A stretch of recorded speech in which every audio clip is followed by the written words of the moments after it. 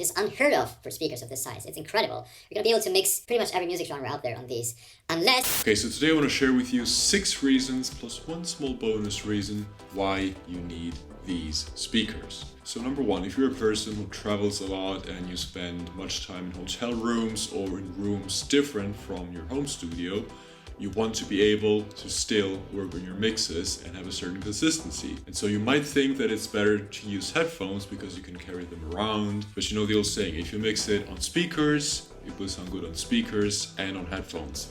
And if you mix it on headphones, it will sound good on headphones, but not on speakers. And so it's always a good idea to mix on speakers, because with headphones you have perfect isolation. So the left channel you're only going to hear with your left ear, and your right ear will only hear the right channel.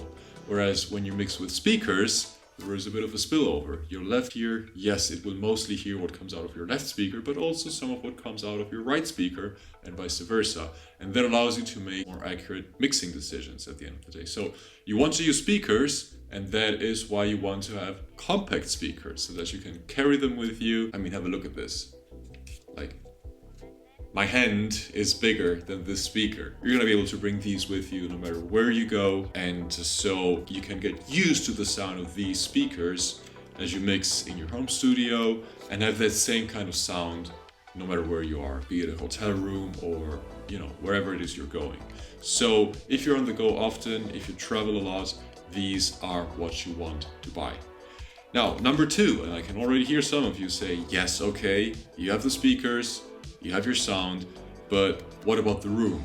Clearly the room where you're mixing plays a big role. And of course, that's something that you don't have much control over, right? If you're staying at a certain hotel, that's where you are. It's not like you can put acoustic foam in there or stuff like that. But you can control some things nevertheless. So have a look at the rear panel here. This is beautiful. It has an EQ section, and this will allow you to fine-tune the speaker to match the room you're in. And this is going to come up again as I mentioned some of the other points later on, but with a speaker like this, you don't have the space for 1,000 bells and whistles that you probably don't need. So you need to strip it down to the essential controls that are important, and I think IK Multimedia did a great job on this. You have 3 EQ shaping controls here. The first 2 are actually quite intuitive, and many speakers do have them, but it's still cool that they were able to implement these on these speakers, and they are a low shelf and a high shelf. Now, these are just switches, right? And so the controls are limited somehow, but they gave you the controls that you are most likely to need. For instance, the low shelf, right? It rolls off frequencies below 250 Hertz, and the maximum attenuation is -3 dB. So this usually happens when your speakers are too close to a wall, right? There is some bass buildup. And so that might happen, again, in your hotel room.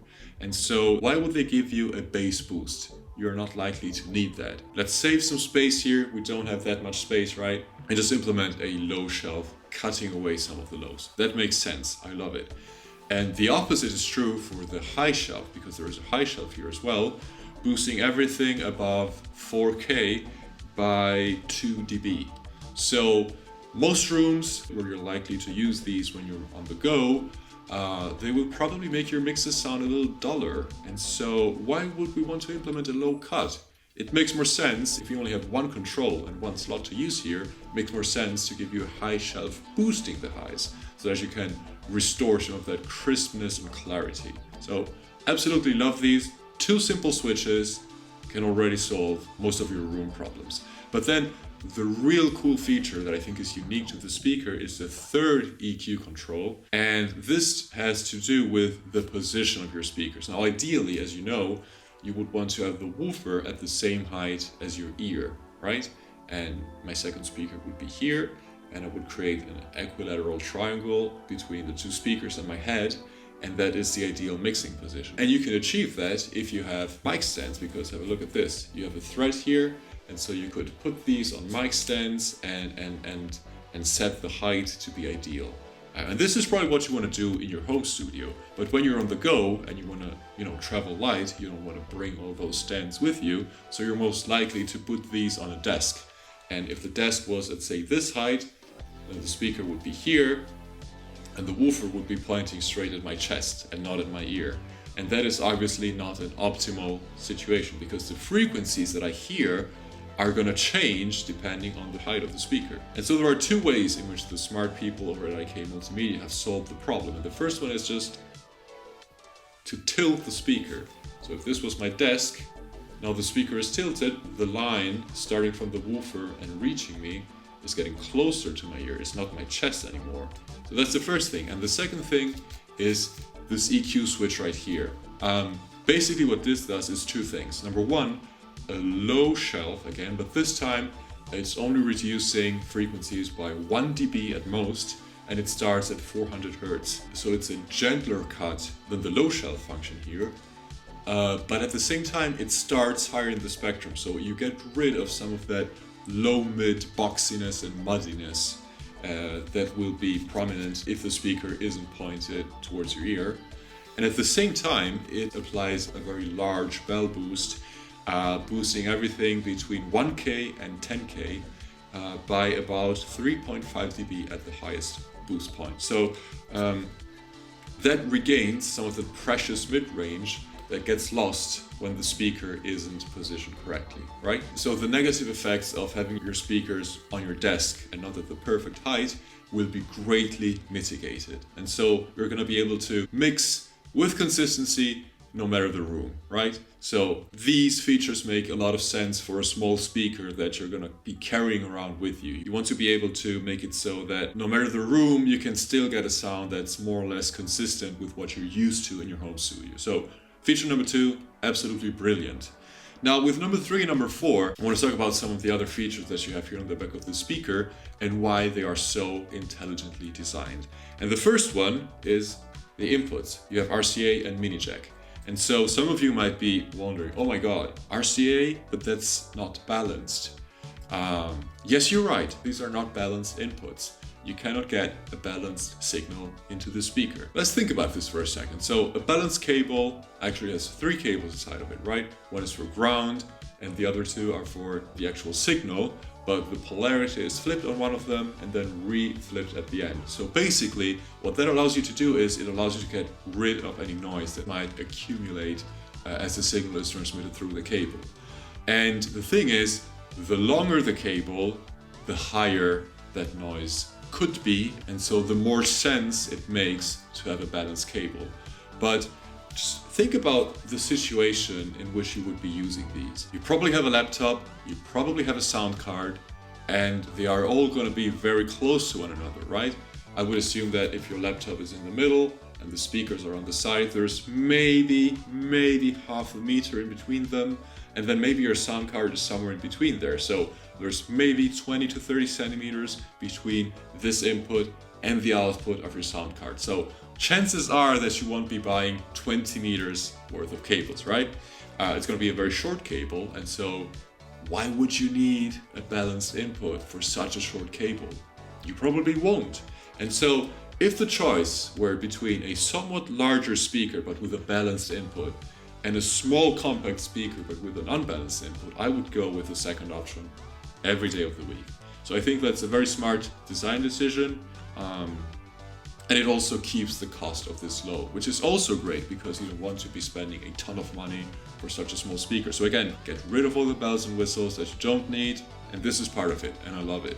And then number 4, and again, this is related to the design and keeping the costs low. You might have noticed that on this speaker you have your DC in, so that you can connect your speakers to your socket through an adapter. But let me show you the second speaker. Look at that. Nothing on the back. Only this input here, which allows you to connect this speaker to the first one. And that connection not only transfers the signal, so you get your nice stereo signal left and right, but it also transmits power. So you don't need an extra adapter for this, and you don't need to take up an extra space on your socket on the wall, which is absolutely great if you ask me, because number 1, when you travel, you want to travel light, and having to carry 2 adapters is just more weight and more space taken up, and you don't want that if you can avoid it. And number 2, for instance, I use this a lot when I visit my grandmother in Germany, and on the wall there I have 2 sockets. and I want to be able to use one to charge my phone and laptop, and the second one to power my speakers. If this had its own separate adapter, I would need 2 of those sockets, and I wouldn't be able to charge my phone. So that's another nice thing. By the way, just so you know, this is the cable, nice and thick, and it's included with the speakers. Okay, so that was number 4, but let's talk about the actual quality of these speakers. And the first thing I want to talk about is number 5, the frequency response. This is insane. These go all the way down to 50 Hertz, which is unheard of for speakers of this size. It's incredible. You're going to be able to mix pretty much every music genre out there on these, unless maybe you need to mix music specifically for clubs with big subwoofers that are able to reproduce frequencies all the way down to 40, maybe even 30 Hertz. In that case, you won't be able to hear those frequencies here, but again, do you even need to? Let's think about this for a second. Mixing means making sure that different tracks don't compete with each other. And where does most of that competition for space usually take place? In the mid-range, because that's where most of your instruments are going to sit. As far as the bass frequencies go, you usually only have your kick drum and your bass. And with kick drums, the fundamental frequency, which is the first harmonic, the lowest frequency of that kick drum, usually sits around 50, 60, 70 Hertz, in that range. So you're going to be covered with these. And so what's below that is potentially some bass sounds, but then again, that's it. Right? There's nothing else that those bass sounds are going to be competing against, so you don't really even need to worry about that too much, right?